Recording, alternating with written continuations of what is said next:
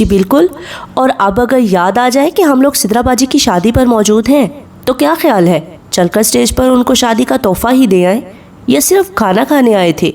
اس نے وہیں بیٹھے بیٹھے نظر اٹھا کر اسٹیج کی جانب جہاں سدرا اپنے شوہر کے ساتھ بیٹھی ہوئی تھی۔ ارد گرد اس کے بہن بھائی، امی ابو اور سسرالی موجود تھے۔ فوٹوگرافر شوٹ لینے میں مصروف تھے۔ سدرا کا تحفہ میں نے اس کو پہلے ہی دے دیا ہے، پھوپھی کو اس شادی پر راضی کر کے، مزید کی گنجائش نہیں ہے۔ کیوں پھوپھو؟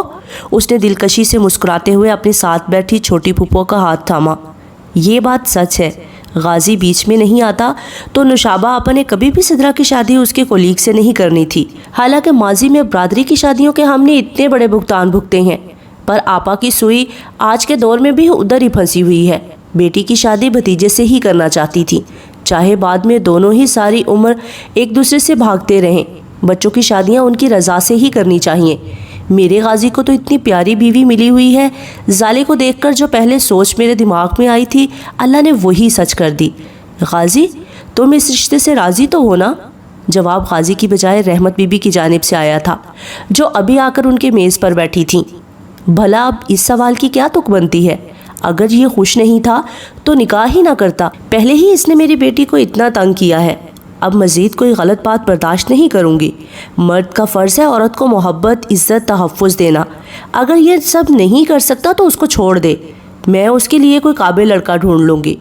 غازی سنجیدگی سے سر جھکا کر خاموش بیٹھا رہا، جبکہ رحمت بی بی کی اپنی ہی بیٹی بولی، اماں یہ جانتے ہوئے بھی کہ وہ آپ کے دشمن کی بیٹی ہے، آپ اس کو غازی پر اہمیت دے رہی ہیں۔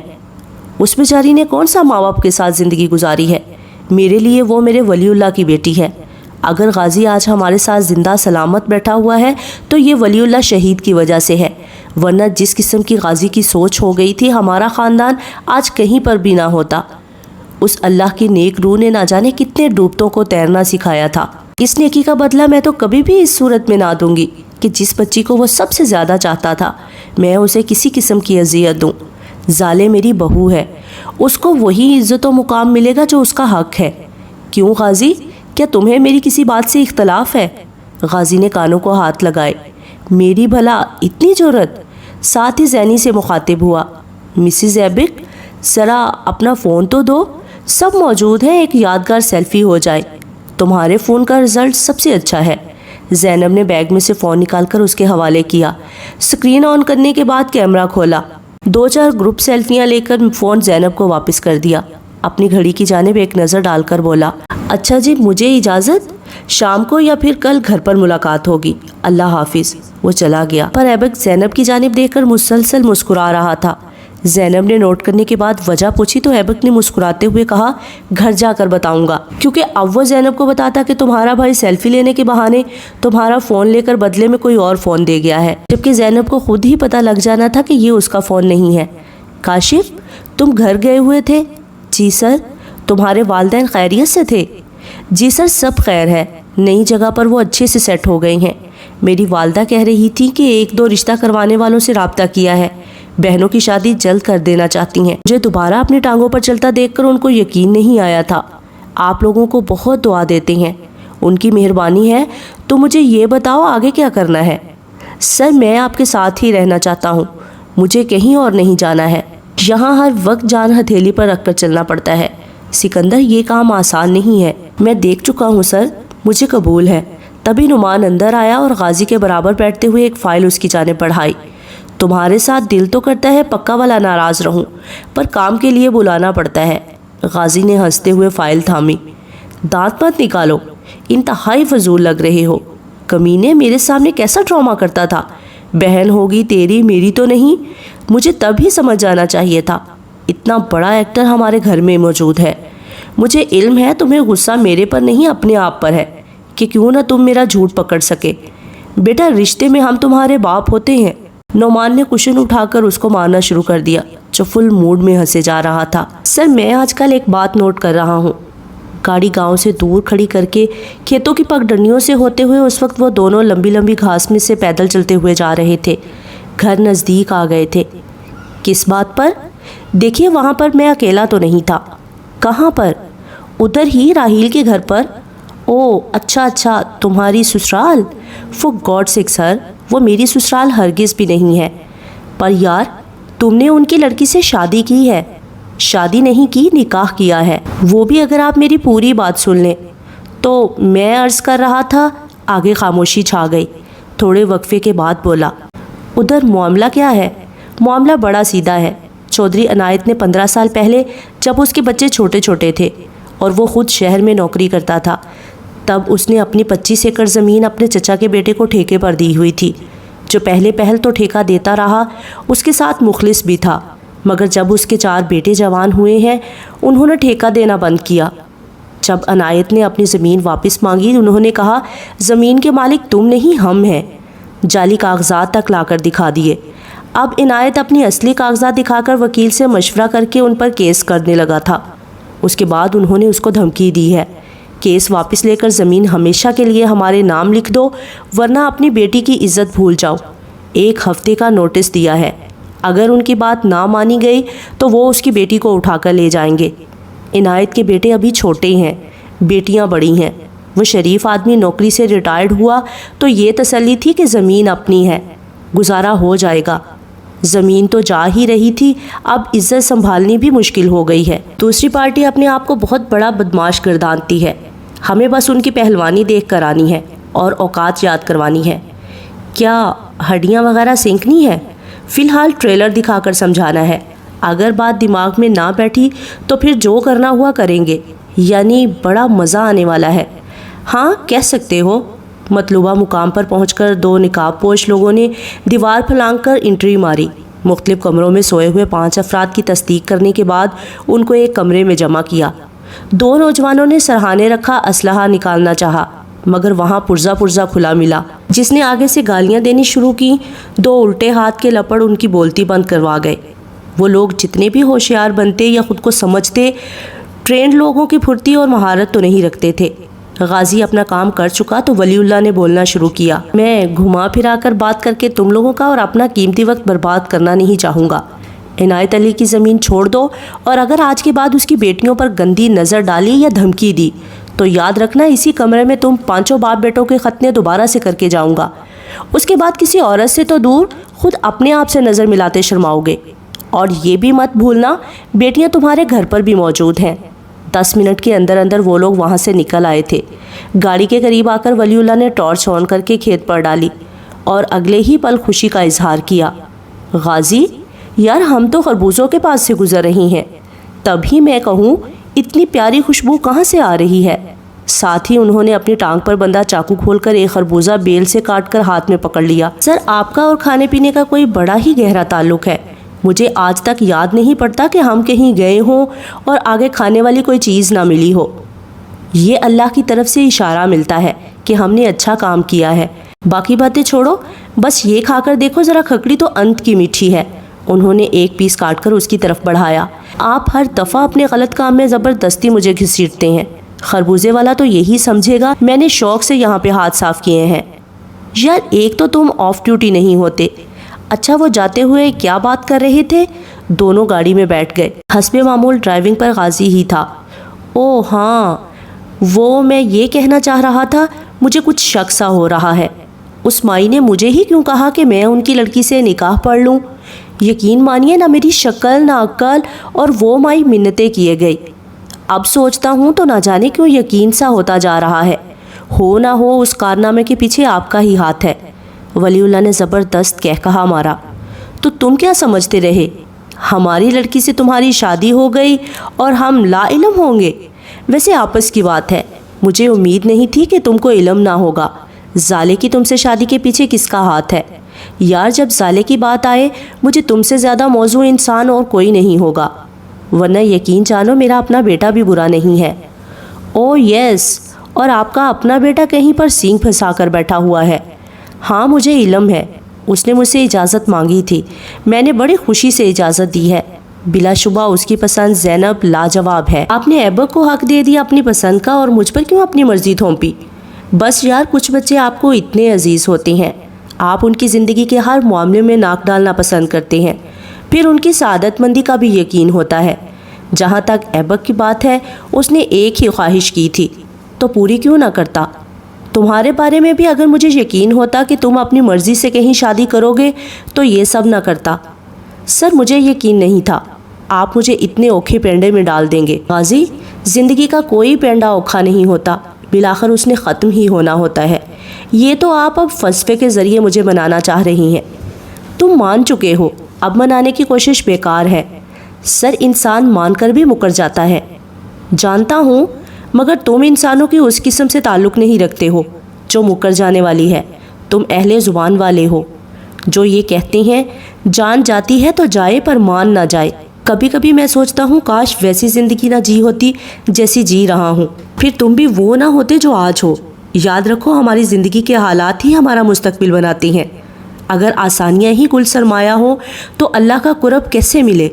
اگر انسان کو سب کچھ دنیا میں ہی میسر آ جائے تو کل کی تمنا میں راتوں کو کون جاگے؟ شاید آپ ٹھیک کہتے ہیں۔ وہ اپنی اور ولی اللہ کی آخری ملاقات سے پہلی ملاقات کو سوچنے میں اس قدر کھویا ہوا تھا۔ جب نعمان نے گاڑی ساہی ہاؤس کے باہر روکی تو باقاعدہ غازان کا کندھا ہلا کر اس کو متوجہ کیا۔ کہاں کھو گئے ہو؟ کچھ نہیں یار، بس ایسے ہی کوئی بات یاد آ گئی تھی۔ غازی، مجھے نہیں لگتا کہ تمہارا ابراہیم ساہی سے ملنے جانا کوئی عقل مندی ہے، وہ بھی یوں اکیلے۔ میں ساتھ چلتا ہوں۔ غازی نے سر گھما کر نعمان کی آنکھوں میں دیکھا۔ یہ بہت ضروری ہے، خاص کر زالے کے لیے۔ اس کے ساتھ ہی گاڑی کا دروازہ کھول کر باہر نکل گیا۔ اس کو دیکھتے ہی چوکیدار آگے آیا۔ جی سر، کس سے ملنا ہے؟ اندر پیغام بھیجو، زالے ابراہیم کا شوہر سردار غازان خان ابراہیم ساہی سے ملنے کے لیے آیا ہے۔ چوکیدار اپنے کیبن میں لگے انٹرکام کی جانب گیا۔ 2 منٹ بعد واپس آیا۔ جائیں جی، آپ کو اندر بلایا گیا ہے، مگر پہلے آپ کی تلاشی لینی ہوگی۔ غازی نے اپنے دونوں بازو تھوڑے کھول کر تلاشی دینے کا اشارہ کیا۔ چوکیدار نے اس کی تلاشی لینے کے بعد اندر بھیج دیا۔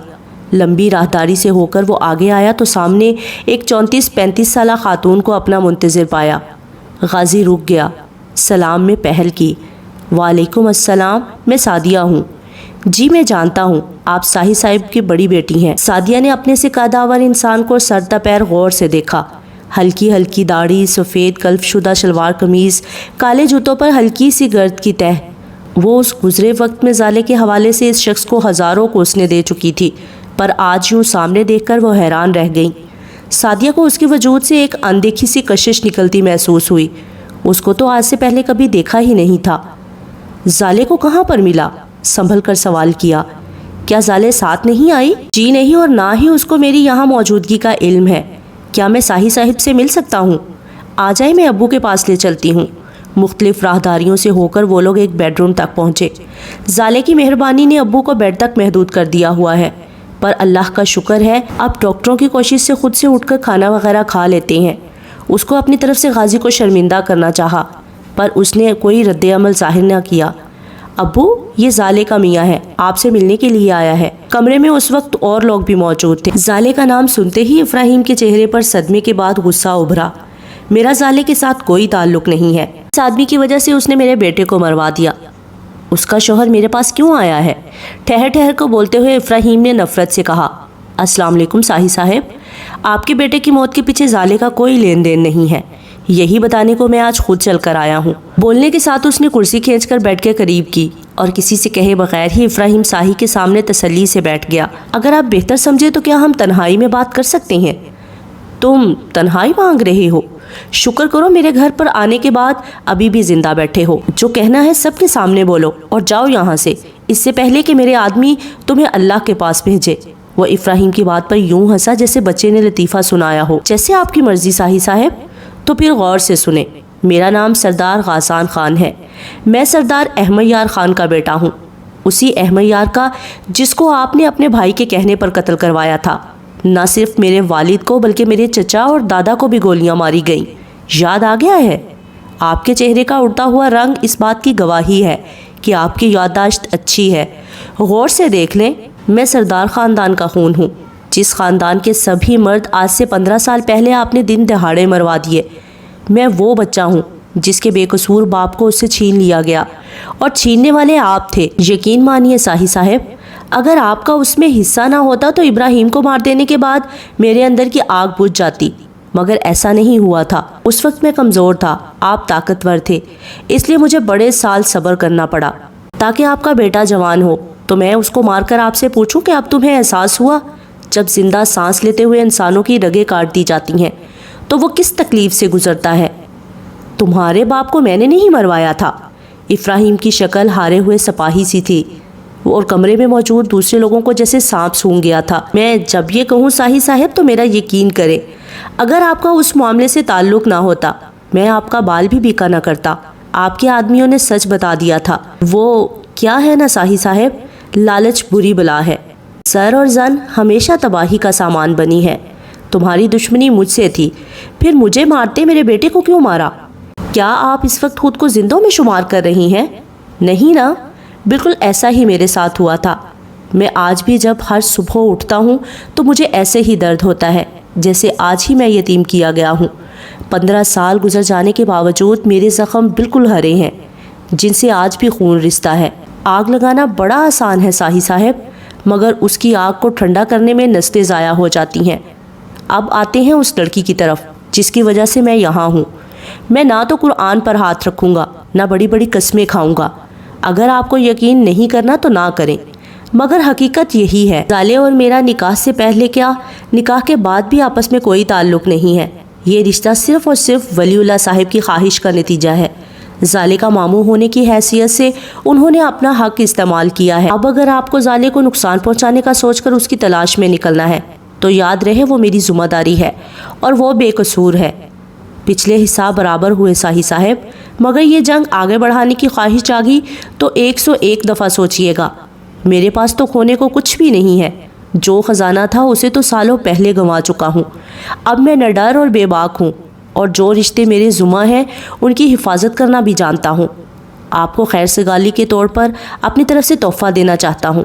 آپ کے بیٹے نے ایک خفیہ شادی کر رکھی تھی۔ اس نے جیب میں سے ایک چٹ نکال کر صاحی کے سامنے بیڈ پر رکھی۔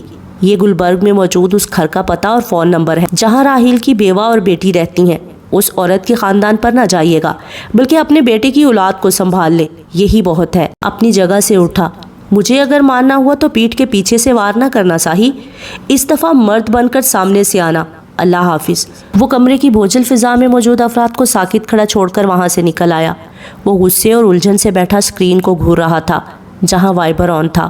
کال جا رہی تھی مگر دوسری جانب سے پچھلی 4 کوششوں کے جواب کی طرح اب بھی کوئی جواب نہیں آ رہا تھا۔ اس کی آنکھوں میں تھکن اور نیند ہونے کے باوجود وہ ابھی بھی اس امید سے سونے سے انکاری تھا ہو سکتا ہے کہ اس دفعہ وریشے کال اٹھا لے، اور امید آخر بھر آئی تھی۔ لیپ ٹاپ کی اسکرین کا منظر بدلتے ہی شیر بخت کے دل کی دھڑکن تیز ہو گئی۔ جلدی سے الرٹ ہو کر اسکرین پر جھکا۔ ہیلو؟ دوسری جانب سے وریشے کی کمزور سی آواز سنائی دی۔ وریشے خدا کا نام ہے، اپنی طرف سے ویڈیو آن کرو۔ میں ایسا نہیں کر سکتی ہوں۔ کیوں؟ اور تمہاری طبیعت کو کیا ہوا ہے؟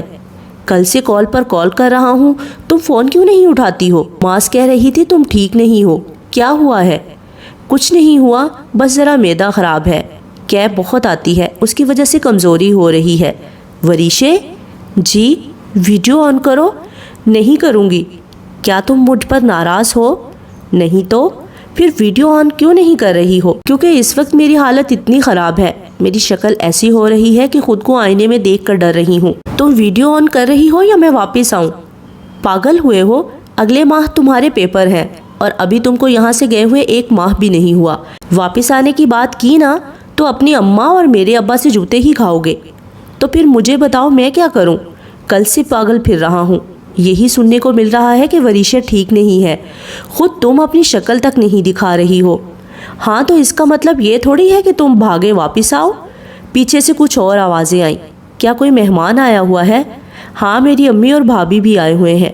ساتھ ہی نہ صرف اسکرین روشن ہوئی بلکہ وریشے کی بھابھی کا چہرہ دکھائی دیا، مگر شیر بخت کا سارا دھیان بیک گراؤنڈ میں نظر آتے اپنے بیڈ روم کے منظر پر تھی، اور اسکرین کے ایک کونے میں وریشے کا ایک کندھا نظر آ رہا تھا۔ السلام علیکم بھابھی، آپ کیسی ہیں؟ وعلیکم السلام شیر بخت۔ بھئی تم لوگ تو بڑے تھوڑے وقت میں بڑی بڑی ترقی کر رہے ہو، تمہاری اردو تو اتنے سے عرصے میں بالکل کلیئر ہو گئی ہے۔ شکریہ بھابھی۔ اور گھر میں سب خیریت ہے؟ ہاں سب اچھا ہے۔ وریشے کا سنا تو ہم ماں بیٹی سے رکا نہیں گیا، اسی وقت بھاگے آئے۔ شیر بخت سنجیدہ ہو گیا۔ کیا اس کی طبیعت زیادہ خراب ہے؟ ڈاکٹر کو دکھایا؟ نہیں بھائی، طبیعت بالکل ٹھیک ہے، اللہ کا کرم ہوا ہے۔ اب شروع کے دنوں میں ایسا تو ہوتا رہے گا۔